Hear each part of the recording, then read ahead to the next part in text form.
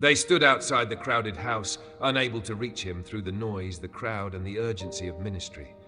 His mother and brothers called for him, expecting him to come out.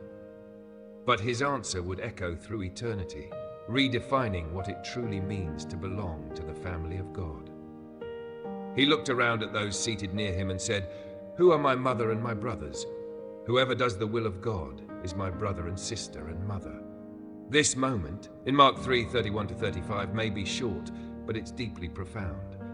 It isn't a rejection of his earthly family, it's a revelation of a higher truth.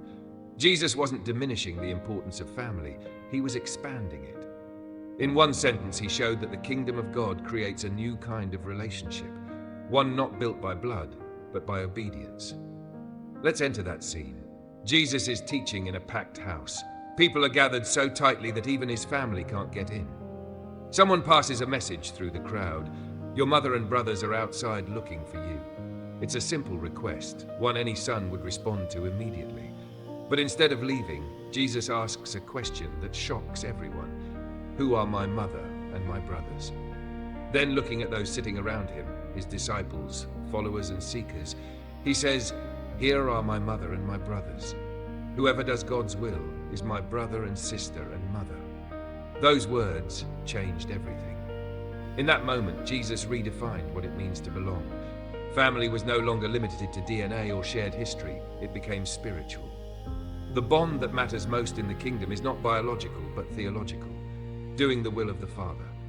For centuries, people understood family as everything, your identity, your honor, your inheritance. To step outside of that was unthinkable. So when Jesus made this declaration, it wasn't casual, it was radical. He wasn't dishonoring his mother or siblings. He was announcing that the family of God is open to all who believe and obey. This was a message of inclusion, an invitation. In a world where belonging was often based on lineage, tribe, or nation, Jesus declared a new foundation for community. Faith and obedience replaced ancestry and status.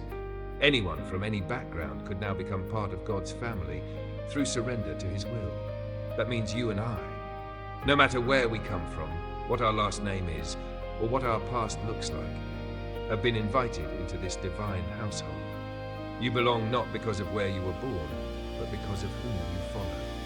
Let's think about what that means. First, it means God's family is defined by faithfulness, not familiarity. You can be close to Jesus physically, like his brothers were, and still not be spiritually connected. The Gospels tell us that during his ministry, his brothers didn't yet believe in him. They saw his miracles, but they didn't understand his mission. It wasn't until after the resurrection that they became his followers. Proximity to truth doesn't guarantee participation in it, only obedience does. Second, it means obedience unites us more deeply than biology ever could. When Jesus said, "Whoever does the will of God is my brother and sister and mother," he wasn't rejecting Mary or his brothers. He was recognizing something greater, a bond that surpasses time and blood. Doing the will of God brings us into the same kind of intimate relationship that Jesus himself shares with the Father. It makes us part of his family circle. And third, it means love in the family of God is not sentimental, it's spiritual. It's not about liking someone because they think like us or share our background. It's about loving because they belong to the same Father. The early church understood this deeply. That's why believers called each other brothers and sisters. They weren't being poetic, they were living this truth. Imagine what that must have felt like for those early followers. Many of them had been rejected by their biological families because of their faith in Christ. But in the community of believers, they found new brothers, new sisters, new mothers, people who prayed with them, suffered with them, and shared the same hope. That's still the heart of the church today. When we gather as believers, we aren't just part of a crowd, we're part of a family.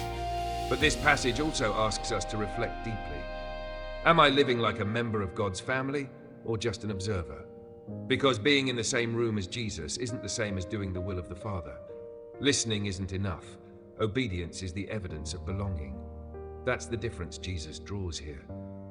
His biological family stood outside. They were near him, but not yet aligned with his mission. Those inside, listening to his words, were seeking to follow God's will. The distinction wasn't about distance, it was about devotion. And that's a powerful picture for us today. There are many who stand near to Jesus, who admire him, quote him, or even identify as Christian, but who have not yet stepped into full obedience. The invitation of this passage is to move from the outside to the inside, from admiration to alignment, from calling him Lord to living like his disciple. Let's look at what doing the will of God really means in this context. It doesn't mean perfection, it means surrender. It means aligning your choices, your priorities, your relationships with his purposes. It's not about legalism, it's about love expressed through obedience. Jesus said in John 14:15, "If you love me, keep my commandments." That's not control, that's connection. True family is built on love that leads to action. And here's something beautiful. When we live this way, we begin to mirror Jesus himself. He didn't just teach about the will of God, he lived it completely. In John 6:38, he said, "I have come down from heaven not to do my will, but the will of him who sent me." His entire life was an offering of obedience. When we walk in that same posture, we're not just his followers, we're his family. That's what makes this teaching so personal. It's not about who your parents are, what church you grew up in, or how religious your background is. It's about whether your life reflects the Father's heart. And notice something profound. Jesus didn't say, "Whoever believes in God is my family," though faith is essential. He said, "Whoever does the will of God." That's an action. That's daily surrender. That's faith in motion. Many people believe in God, but not everyone chooses to live under his direction. The difference between being part of the crowd and being part of the family is obedience born from love. This moment in Mark also reveals the compassion of Jesus toward those who seek him sincerely. Imagine being one of the disciples in that room. You weren't related to him by blood, but suddenly he looks around and includes you in his family. "Here are my brothers and sisters." Those words must have filled their hearts with awe and belonging. The same words are spoken to us today. When you follow Jesus, you're not an outsider. You're part of his family. The creator of heaven and earth calls you his brother, his sister. There's something deeply healing about that truth, especially for anyone who has experienced rejection or loss in their earthly family. Maybe your relatives don't understand your faith. Maybe you felt alone, misunderstood, or disconnected. The good news is that in Christ you are never fatherless, never brotherless, never alone. The family of God is real and everlasting. But that also means we're called to treat one another with that same love. To see fellow believers not as acquaintances, but as true family, people we serve, forgive, and support. The church isn't supposed to be a social club, it's a household. When one member hurts, we all hurt. When one rejoices, we all rejoice.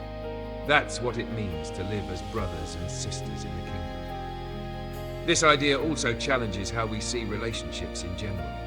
In a world that often divides people by background, status, or culture, Jesus' definition of family breaks every wall. There's no hierarchy in this household, only shared love under one Father. It's not about who's first or most important, it's about who's faithful. And perhaps this is the most freeing part of all. Belonging to the family of God means your identity isn't defined by your past. Maybe your earthly family was broken, dysfunctional, or absent. Maybe you carry wounds from rejection. But in God's family, you have a perfect Father who never fails, who loves without condition, who welcomes you home again and again. This is what makes the gospel so beautiful. It creates belonging out of belief. It gives family to the lonely, purpose to the lost, and love to the unloved. Let's reflect again on that image. Jesus sitting among those who hunger for truth, his family waiting outside, and his words cutting through the centuries. Whoever does the will of God is my brother and sister and mother.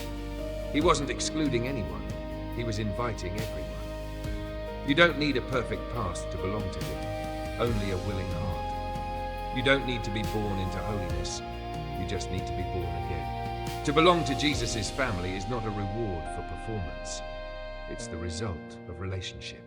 When you say yes to his will, you're saying yes to your true home. So today the question remains, are you standing outside or sitting inside? Are you near the truth or living in it? Jesus' arms are open to anyone who wants to enter. Let your obedience be your answer. Thank you for watching this reflection. If it spoke to your heart, please like this video, share it with someone who needs to hear it, and follow Holy Path Insights for more messages from the teachings of Jesus. May you walk in his will and find your place in his eternal family.